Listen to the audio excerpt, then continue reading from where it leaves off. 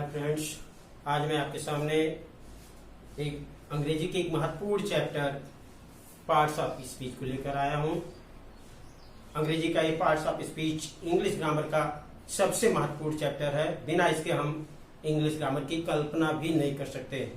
तो आज हम आपके सामने पार्ट्स ऑफ स्पीच नामक चैप्टर को लेके आए हैं। इसके पहले हम आपको बता दें कि इसके पहले भी हमने 2 वीडियोज बनाए हैं, सेंटेंस बेसिक पार्ट 1 और सेंटेंस बेसिक पार्ट 2। अगर आप इसे नहीं देखें तो आप मेरे YouTube चैनल पर जाकर इसे देख सकते हैं। और मेरा आपसे रिक्वेस्ट है कि अगर आपको ये पसंद आता तो आप इसे लाइक और सब्सक्राइब करना ना भूलिएगा। अब हम आपके सामने आज का टॉपिक पार्ट्स ऑफ स्पीच आरंभ करते हैं। तो हमने आपको बताया parts of speech. Parts of speech की हिंदी होती है शब्द भेद। शब्द भेद यानी शब्दों का प्रकार। हमें एक चीज ये ज्ञात है कि किसी भी प्रकार का जो भी वाक्य होता है उस शब्दों का संग्रह होता है, और शब्द कई प्रकार के होते हैं। उनका अपना रूप होता है, अपना उनका स्थान होता है और उनका अपना वजूद होता है। तो जब ये शब्द मिलकर एक सेंटेंस की रचना करते हैं तो उसे हम कहते हैं स्पीच। तो अगर हम पार्ट्स ऑफ स्पीच को विभक्त करके देखें तो पार्ट्स मीन्स होता है भाग। भाग मीन हिस्सा।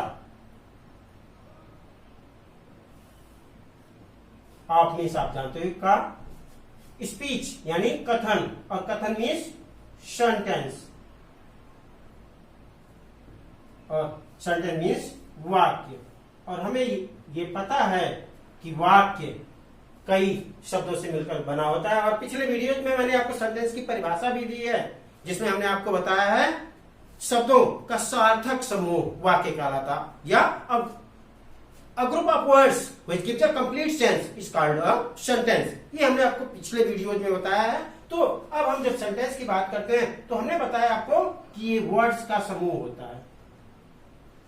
किसका समूह होता है? वर्ड्स का, यानी शब्दों का समूह होता है। और ये शब्द कई प्रकार के होते हैं। तो पार्ट्स ऑफ स्पीच मीन्स होता है शब्द भेद। वाक्य में जो शब्द यूज किए गए होते हैं उनके भेद। तो आज हम इन्हीं का अध्ययन इस चैप्टर में करेंगे। और अब हम आपको बताते हैं कि पार्ट्स ऑफ स्पीच कितने प्रकार के होते हैं।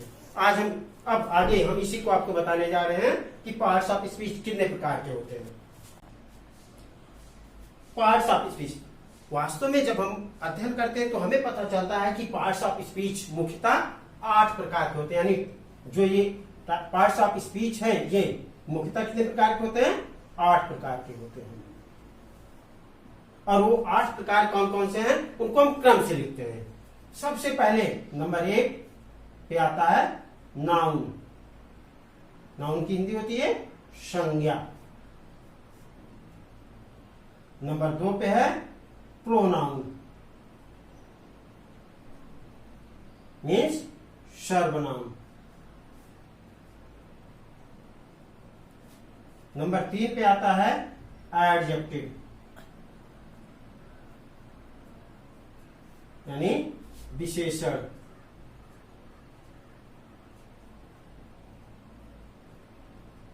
नंबर 4 पे आता है वर्ब। नंबर 5 पे आता है वर्ब। वर्ब यानी वर्ब की हिंदी होती है क्रिया। और नंबर 5 पे आता है एडवर्ब। इसकी हिंदी होती है क्रिया विशेषण।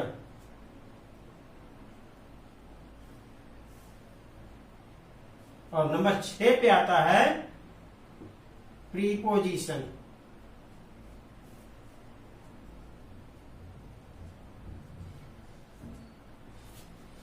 संबंध बोधक।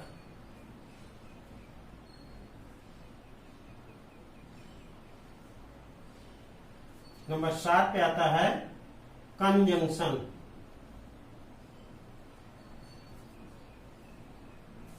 इसकी हिंदी होती है संयोजक। और नंबर 8 पे आता है इंटरजेक्शन।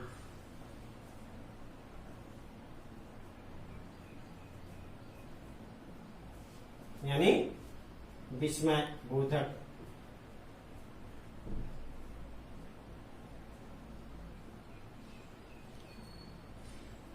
ठीक है, तो ये हमारे 8 प्रकार के पार्ट्स ऑफ स्पीच होते हैं जिनका हमें आज अध्ययन करना है।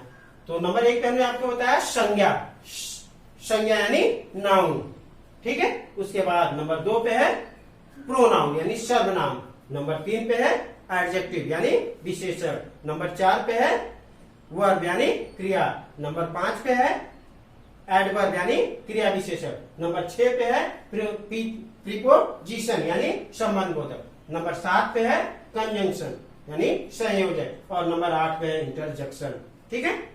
तो ये हमारे हुए 8 प्रकार के पार्ट्स ऑफ स्पीच। अब हम इनमें से एक एक प्रकार की परिभाषा और उसके बारे में अध्ययन करेंगे।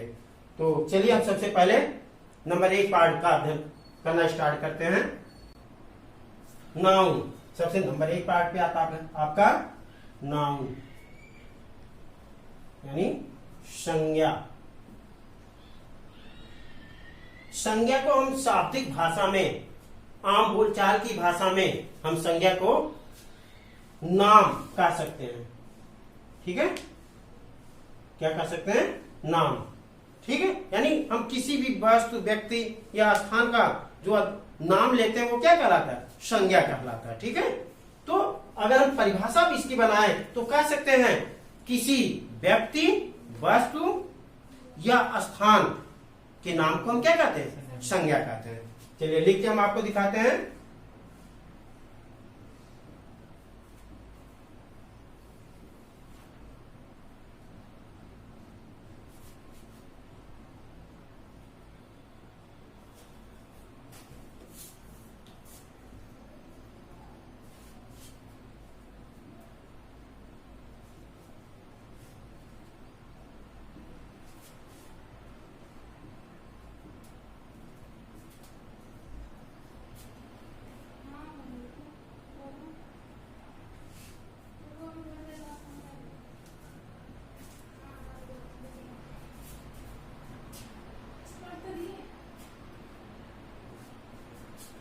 किसी व्यक्ति, वस्तु, स्थान या गुण के नाम को हम संज्ञा कहते हैं, ठीक है। अब इसकी एक और परिभाषा हम दे सकते हैं, या कहने का मतलब हम इसको अंग्रेजी, अगर इसकी अंग्रेजी ट्रांसलेट करना चाहें तो हम कह सकते हैं noun is the name of any person,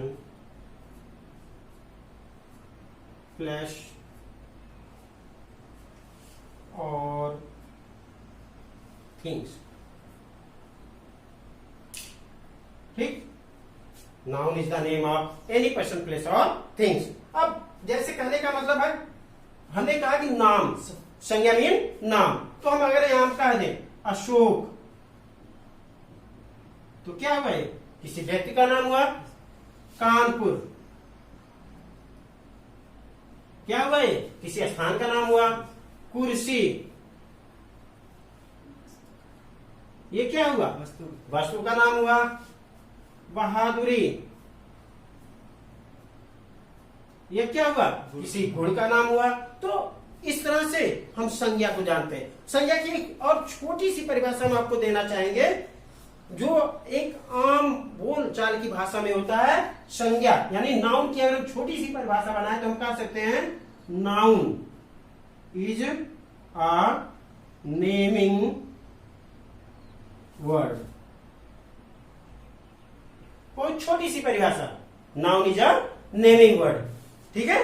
तो ये नाउन जो है, हमने आपको बताया कि परिभाषा भी हमने आपको बताया, किसी भी व्यक्ति, वस्तु या स्थान का जब भी नाम आएगा, किसी भी चीज का नाम आप लेंगे तो वह संज्ञा ही कहलाएगा, ठीक। तो अभी हम संज्ञा की परिभाषा और संज्ञा के बारे में बता रहे हैं। अगली वीडियो जब हमारी आएगी तो हम इसके बारे में विस्तृत आपको नाउन का एक अलग पार्ट बना के, एक अलग वीडियो बना के हम आपके सामने रखेंगे। अभी हम केवल नाउन के बारे में, नाउन को परिभाषित करने के बारे में हमने आपको बताया, क्योंकि आज हम केवल और केवल पार्ट्स ऑफ स्पीच के बारे में आपको बताने वाले हैं कि वो 8 प्रकार के जो पार्ट्स ऑफ स्पीच होते हैं वो होते क्या है, उनका परिभाषा क्या होता है, यही हम आज आपको बताएंगे। तो अब हम अगली टॉपिक पे चलते हैं, अपने सेकंड नंबर पर, जिसका नाम है प्रोनाउन। तो हम अब नंबर 2 पार्ट्स पे चलते हैं और दूसरा नंबर हमारा है प्रोनाउन, यानी सर्वनाम।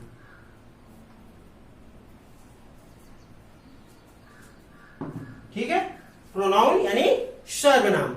सर्वनाम यानी अगर हम इसको परिभाषित करना चाहें आम बोलचाल की भाषा में, जर्नल वे पे अगर हम इसे परिभाषित करना चाहें तो हम कह सकते हैं संज्ञा के स्थान पर प्रयुक्त शब्द सर्वनाम कहलाते हैं। यानी ऐसे शब्द जिनका प्रयोग हम संज्ञा के बदले में करते हैं वो क्या कहलाता है? सर्वनाम कहलाता है। ठीक है, तो अगर हम इसे हिंदी में परिभाषित कर रहे हैं तो हम कह सकते हैं संज्ञा के स्थान पर प्रयुक्त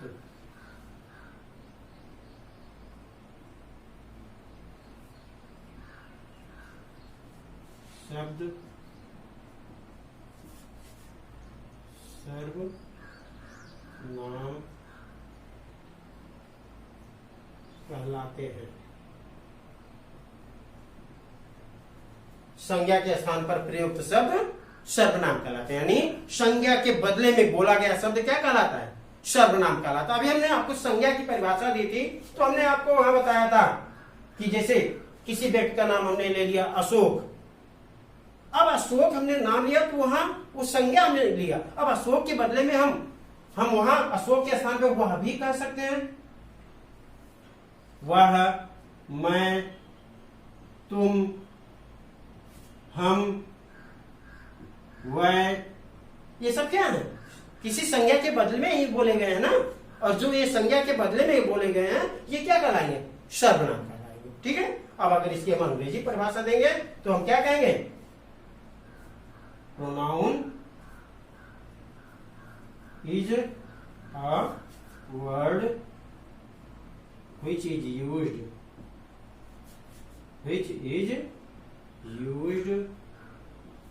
in place of a noun. Pronoun is a word which is used in place of noun. ठीक है, अगर थोड़ा सा इसमें वर्ड्स चेंज भी कर सकते हैं, जहां हमने which is used लिखा था वहां हम सीधा कह सकते हैं pronoun is a word is used in place of a noun, ऐसा भी हम परिभाषित कर सकते हैं। ठीक है, अब यही अगर हमने वह लिखा तो आपके लिए हम क्या लिख सकते हैं? ही, मैं के लिए आई, यू के लिए, तुम के लिए यू, हम के लिए बी और वह के लिए दे। तो ये हमारे क्या हुए? प्रोनाउंस हुए। ठीक है, अब हम इसके तीसरे भाग पे चलते हैं। ठीक है, जिसका नाम है वर्ब। तो आइए अब हम वर्ब के बारे में पढ़ते हैं। तो हम नंबर 3 पार्ट पे आते हैं। तो हमने देखा वर्ब, क्रिया। अब हम क्रिया को अगर परिभाषा देते हैं तो हम कह सकते हैं क्रिया वो शब्द है, क्रिया वो शब्द है जिसके माध्यम से हम संज्ञा के कार्य या अवस्था के बारे में ज्ञान प्राप्त करते हैं। परिभाषा जो मैंने लिखा है थोड़ा सा अलग है। क्रिया वो शब्द है जिसके माध्यम से संज्ञा के कार्य या अवस्था की जानकारी मिलती है, उसे हम क्या कहते हैं? क्रिया कहते हैं। अगर वही परिभाषा हम अंग्रेजी में देना चाहते हैं तो हम कह सकते हैं verb is a word that work something about the noun or expresses some action by the noun. तो ये हमारी परिभाषा हुई। अब क्रिया यानी क्रिया में क्या होता है? कार्य, एक्शन। ठीक है, अब एक्शन जो कुछ भी हमारे द्वारा एक्शन किया जाएगा वो क्या होगा? कोई गतिविधि होगी, कोई कार्य होगा, और उसी कार्य को हम क्या कहते हैं? क्रिया कहते हैं। ठीक है, अब क्रिया मीन क्या होता है? अगर हम वर्ब की बात करें तो क्रिया मीन्स होता है करना। ठीक है, अब करना यानी क्या हुआ? किसी कार्य का करना हुआ। और एक चीज और आप जनरल नॉलेज के लिए अपने माइंड में रख लीजिए कि कोई भी क्रिया होगा, ए टू जेड जितने भी क्रिया होंगे उनके अंत में हमेशा क्या आएगा? ना आएगा। आप किसी भी क्रिया को अपने माइंड में रखकर देख लीजिए, सबके अंत में क्या आता है? ना आता है। तो ये चीज आप स्पष्ट रूप से जानिएगा कि क्रिया की सबसे बड़ी पहचान ये है कि क्रिया के अंत में हमेशा, अगर वो अपने मूल रूप में है तो क्रिया के अंत में हमेशा क्या आता है? ना। ठीक है, जैसे कम मीन आना, गो मीन जाना, बीप मीन्स रोना, लाफ मीन्स हंसना, स्लीप मीन सोना, ईट मीन्स खाना। जो भी होगा शब्द के अंत में क्या आएगा, ना आएगा।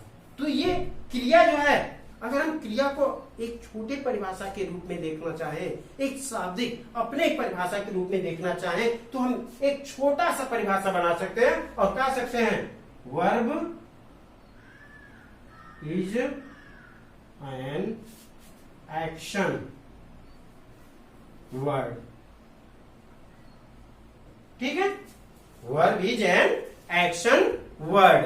तो हम यानी क्रिया क्या है, एक कार्य करने वाला शब्द है, एक गतिविधि है। ठीक है, तो हम इसकी एक छोटी सी परिभाषा दे सकते हैं, verb is an action word. तो इस प्रकार से हमने जाना कि क्रिया क्या होता है। क्रिया एक स्पष्ट तौर पे आप जान लीजिए, क्रिया मीन करना, यानी किसी भी कार्य, किसी भी गतिविधि में अगर हम लिखते हैं तो उसमें जो कुछ भी होना, जो कुछ भी करना पाया जाएगा वो क्रिया ही कहलाएगा। ठीक है, तो अब हम अपने अगले टॉपिक पे चलते हैं जिसका नाम है एडजेक्टिव। तो आइए हम अब एडजेक्टिव का अध्ययन करें।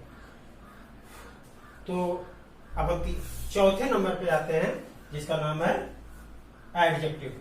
ठीक है, एडजेक्टिव यानी विशेषण। अब विशेषण को अगर हम थोड़ा सा और विस्तारित रूप में देखना चाहें तो यानी कह सकते हैं विशेषता बतलाने वाला। ठीक है, विशेषण को हम अगर शाब्दिक रूप से देखें तो हम कह सकते हैं विशेषता बतलाने वाला। तो किसकी विशेषता बतलाने वाला, ये भी बात सामने आती है। तो विशेषण संज्ञा या सर्वनाम की विशेषता बतलाता है।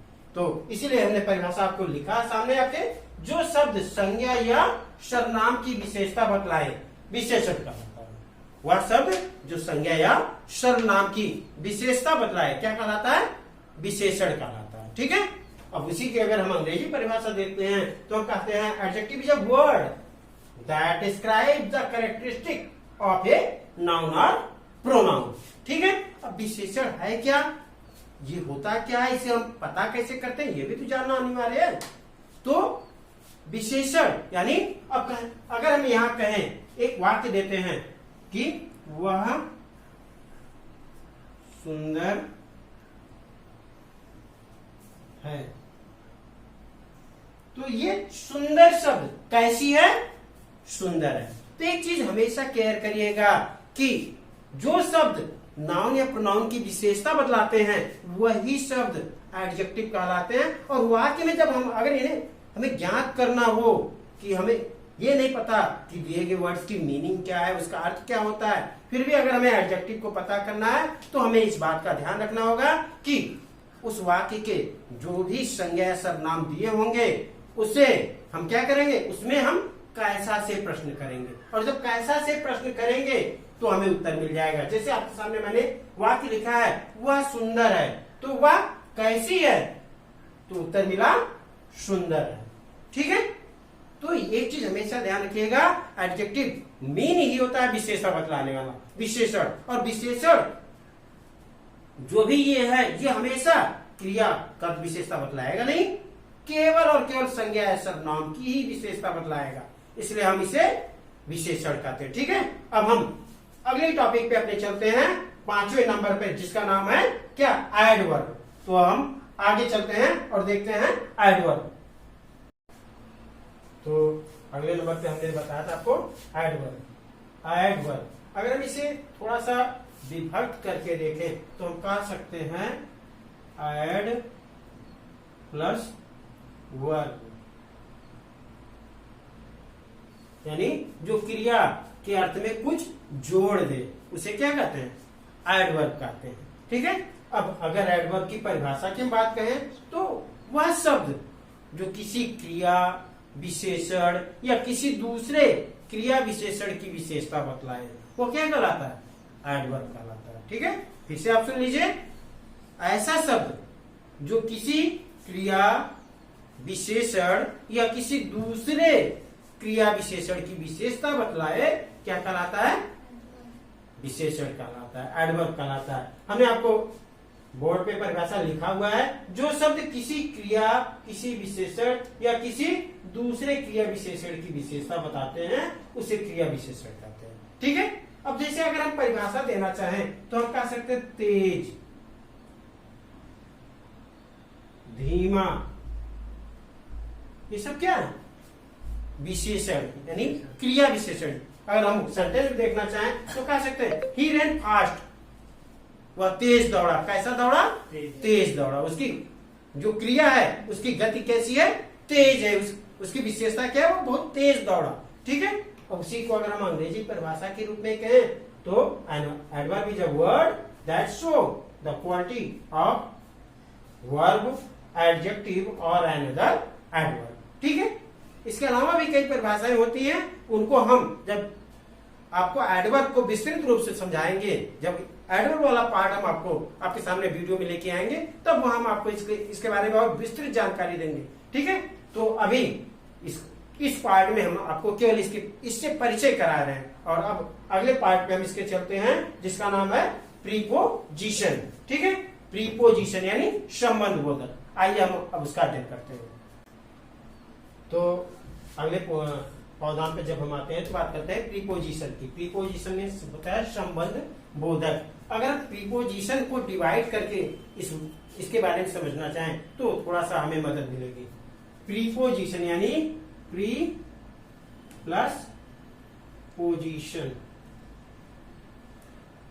ठीक। प्री प्लस पोजिशन यानी ऐसा शब्द जो किसी संज्ञा, सर्वनाम या किसी वाक्य के भाग के पहले आकर वाक्य के दूसरे भाग से उसका संबंध बताए, वो क्या कहता है? प्रीपोजिशन कहलाता है। ठीक है। फिर से एक बात हम बात करते हैं, वह शब्द जो किसी संज्ञा, सर्वनाम, किसी जीरण या किसी वाक्य के दूसरे भाग से पहले आकर वाक्य के दूसरे भाग से उसका संबंध बताता है, उसे क्या कहलाते हैं? उसे हम क्या कहते हैं? प्रीपोजिशन कहते हैं। वैसे परिभाषा के रूप में हम देखना चाहें तो हम कह सकते हैं वह शब्द जो शब्द संज्ञा, सर्वनाम और वाक्य के दूसरे भाग के बीच में संबंध को दर्शाते हैं, वो क्या कहलाते हैं? संबंध सूचक अव्यय कहलाते हैं, संबंध बोधक कहलाते हैं। ठीक है। ओके बेटा। इसी तरह से अगर हम इंग्लिश परिभाषा देना चाहें तो आप preposition is used before a noun, pronoun और gerund to show place, time, direction in a sentence. ठीक है। और प्रीपोजिशन तो आप जानते ही हो कि प्रीपोजिशन की संख्या बहुत ज्यादा है। वैसे हम कुछ एग्जांपल के तौर पे आपको दे दें, जिसे हम कह सकते हैं फ्रॉम, टू, एट, इन। ठीक है। ऐसे बहुत सारे प्रीपोजिशंस हैं जिनका हम अध्ययन जब हम प्रीपोजिशन के पार्ट को एक वीडियो में आपके सामने लेकर आएंगे उसमें हम आपको बताएंगे। यहाँ हम जनरल बेस पे हम आपको केवल इससे परिचय करा रहे हैं कि प्रीपोजिशन होता क्या है, प्रीपोजिशन का यूज कैसे होता है, इसी को हम आज आपको समझा रहे हैं। नेक्स्ट वीडियो जो हम प्रीपोजिशन पे बनाएंगे तो उसके बारे में हम विस्तृत जानकारी हम आपको वहां देंगे। ठीक। तो अभी आज के लिए आज जो पार्ट्स ऑफ स्पीच के बारे में पढ़ रहे हैं हम इतना ही अध्ययन उसके बारे में कर रहे हैं। अब हम चलते हैं अपने अगले पार्ट पर जिसका नाम है कंजंक्शन। तो अगला नंबर हमारा है कंजंक्शन यानी संयोजक। ठीक है। समुच्चय बोधक भी इसको हम कहते हैं। संयोजक यानी जोड़ने वाला। ठीक है। तो अगर हम इसी शाब्दिक परिभाषा के रूप में कहें तो हम कह सकते हैं कि ऐसा शब्द जो किसी दो शब्द, दो वाक्यों, दो उपवाक्यों के बीच में आकर उन्हें एक दूसरे से जोड़े, वो क्या कहलाते हैं? संयोजक कहलाते हैं। ठीक है। कंजंक्शन कहलाते हैं। ठीक। तो अब हम इसकी अगर परिभाषा हम देखते हैं तो हम एक शाब्दिक परिभाषा बनाते हैं, वह शब्द जो बीच में आकर दो शब्दों या वाक्यों को जोड़ते हैं क्या कहलाते हैं? संयोजक कहलाते हैं। ठीक है। वह शब्द जो बीच में आके दो शब्दों या दो वाक्यों को जोड़ते हैं क्या कहलाते हैं? संयोजक कहलाते हैं। ठीक है। जैसे आप अगर थोड़ा सा भी नॉलेज किए हो तो आप पढ़े होंगे बट, दैट, सो और not only but also etcetera words आपने पढ़े होंगे। तो ये सारे वर्ड्स क्या हैं? कंजंक्शंस हैं, जोड़ने वाले हैं। ठीक है। जो किसी दो वाक्यों उपवाक्यों को जोड़ते हैं। ठीक है। तो अब इसी की हम अंग्रेजी परिभाषा देखते हैं और कहते हैं कंजंक्शन ज्वाइन वर्ड्स और group of words in a sentence. ठीक है। जैसे एग्जांपल के तौर पे हमने आपको बताया एंड, सो और बट, ये सब क्या है? हमारे कंजंक्शन है।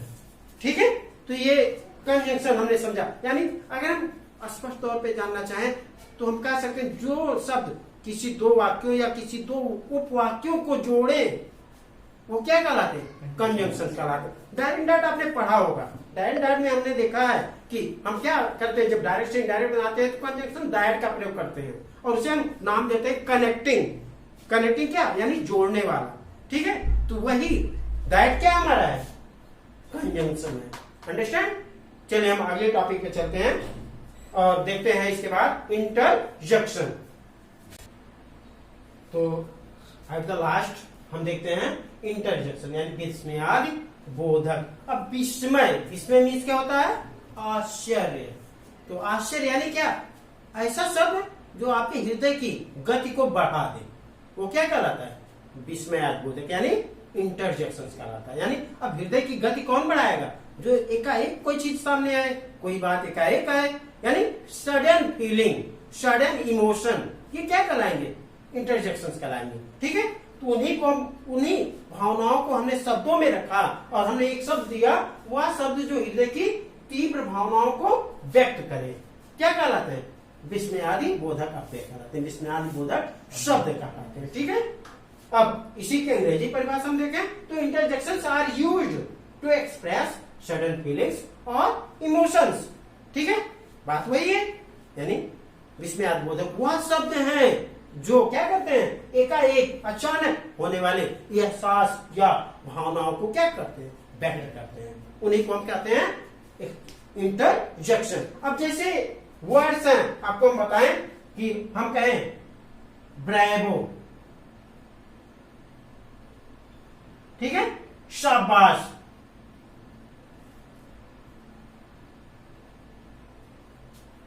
अगर किसी ने कहा शाबाश तो एकाएक उन्होंने हमारे सामने ये बात रखी ना, और हमारी जो फीलिंग्स है, हमारी जो धड़कन है, बीट्स हैं, वो एकाएक बढ़ते हैं। ठीक है, इसी तरह आपका वर्ड है हुर्रा,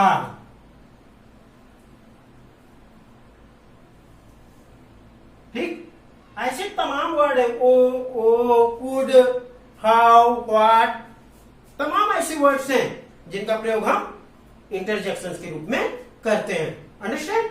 तो और ये चीज हमेशा केयर करिएगा, इंटरजेक्शन वर्ड जब भी हम यूज करेंगे, ये सबसे बड़ी बात ये ध्यान रखिएगा कि इंटरजेक्शन वर्ड जब भी हम यूज करेंगे तो उसके बाद में हम मार्क ऑफ एक्सक्लेमेशन का प्रयोग जरूर करेंगे। ये अनिवार्य रूप से हमें करना है। बिना इस मार्क ऑफ एक्सक्लेमेशन का प्रयोग किए हम इस वर्ड का समुचित प्रयोग नहीं कर सकते, उचित प्रयोग नहीं कर सकते। हम वर्ड लिख सकते हैं, लेकिन अगर वास्तव में देखा जाए तो वो वर्ड हमारा गलत माना जाता है। ठीक है, तो इसलिए हमें इंटरजेक्शन का, मार्क ऑफ एक्सक्लेमेशन का प्रयोग इंटरजेक्शन वर्ड्स के बाद हमेशा करना अनिवार्य है। तो आज का वीडियो हमारा यही तक। आज हमने आपको बताया था कि आज हम केवल और केवल पार्ट्स ऑफ स्पीच के बारे में बतलाने जा रहे हैं, और ये हमारा आज का वीडियो कंप्लीट हुआ। अगले वीडियो में हम आपको नाउन के बारे में विस्तृत नॉलेज देने के लिए आएंगे, और अगर ये वीडियो आपको अच्छा लगा हो तो आप प्लीज इसे सब्सक्राइब करिए, लाइक करिए और अपने फ्रेंड्स में शेयर करिए। ठीक है, अगले वीडियो में हम फिर आपके सामने आएंगे और उसका टॉपिक होगा नाउन। ठीक, दैट्स ऑल।